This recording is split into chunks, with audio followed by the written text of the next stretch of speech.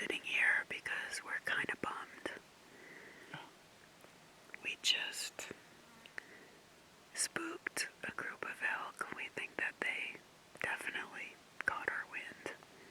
And they just went running. Keep trying, then we'll go down and around. Do a little more calling. See if we can get on the right side of the wind. It's always going to be a downside. They like to come in from the downside when they've been pressured. They don't just come right in. They try to circle and get the wind. That's what these guys did, looks like. I was just bugling and they were going right in that direction. The wind in their face. Can't blame them. We got busted. We got busted. Busted is alright. Yeah, you're busted.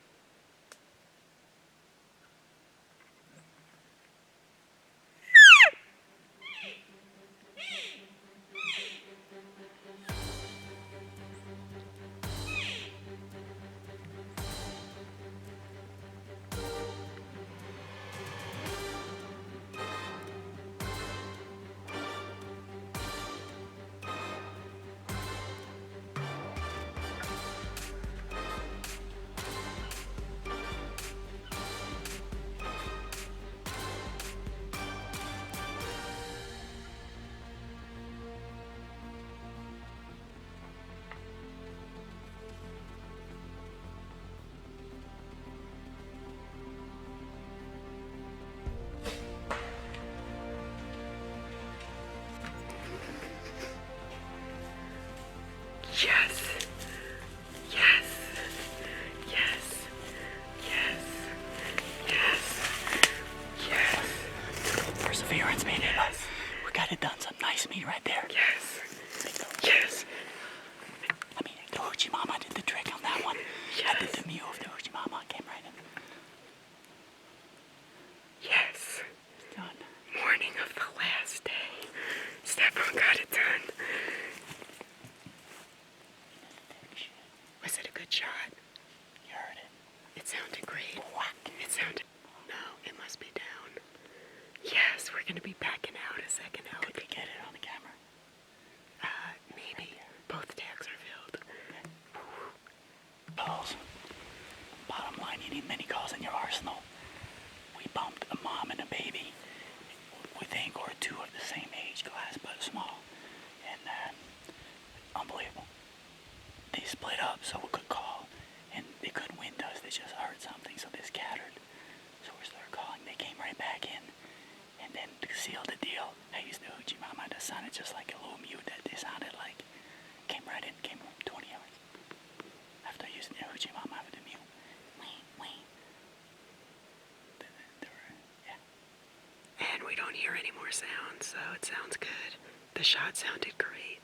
So we're going to see if we got some blood trail. Yeah. It should be really close. Our arrow should be right through it. We'll check. We're going to go look for the arrow.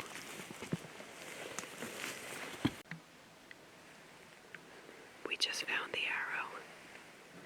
All the way through. And we found some blood. But we haven't gone to look yet. We're giving it just a little time, but all the way through shot. It's always good when there's a blood trail. It was a really good shot. Stephane did a straight through. We found the arrow. And there's this blood right here where he found the arrow. Woo! Tagged out in Colorado. It didn't go very far actually. It just went maybe 100 yards going straight downhill. If that, maybe less. And good shot, double lung.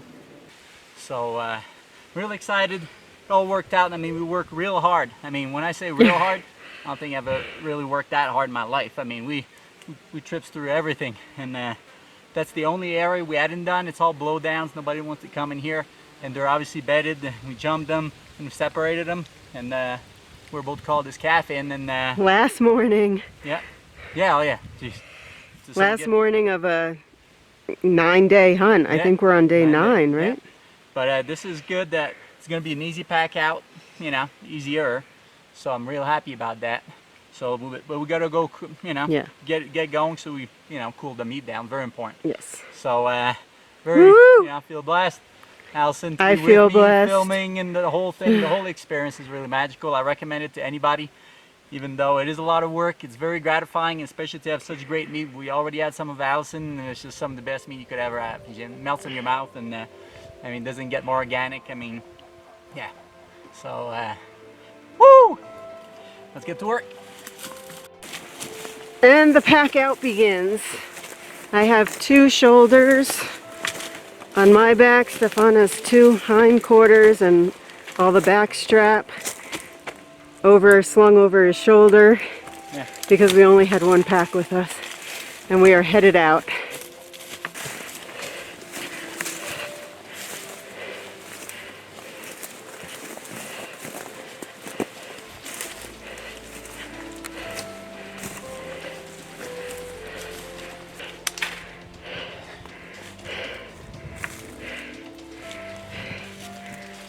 Switching shoulder.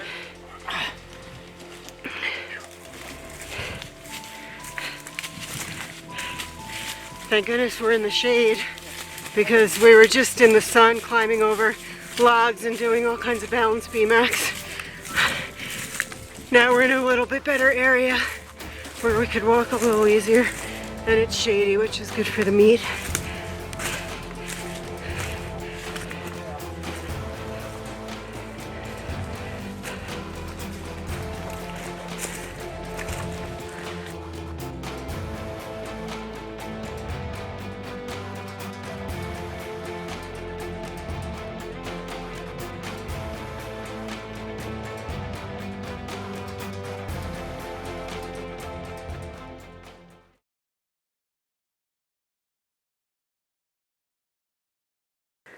So I walk over to this log right here,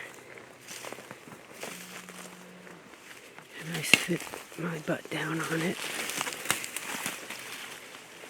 and I'm just pooped, and I'm just sitting here, and Stephane says, "I'll be right back."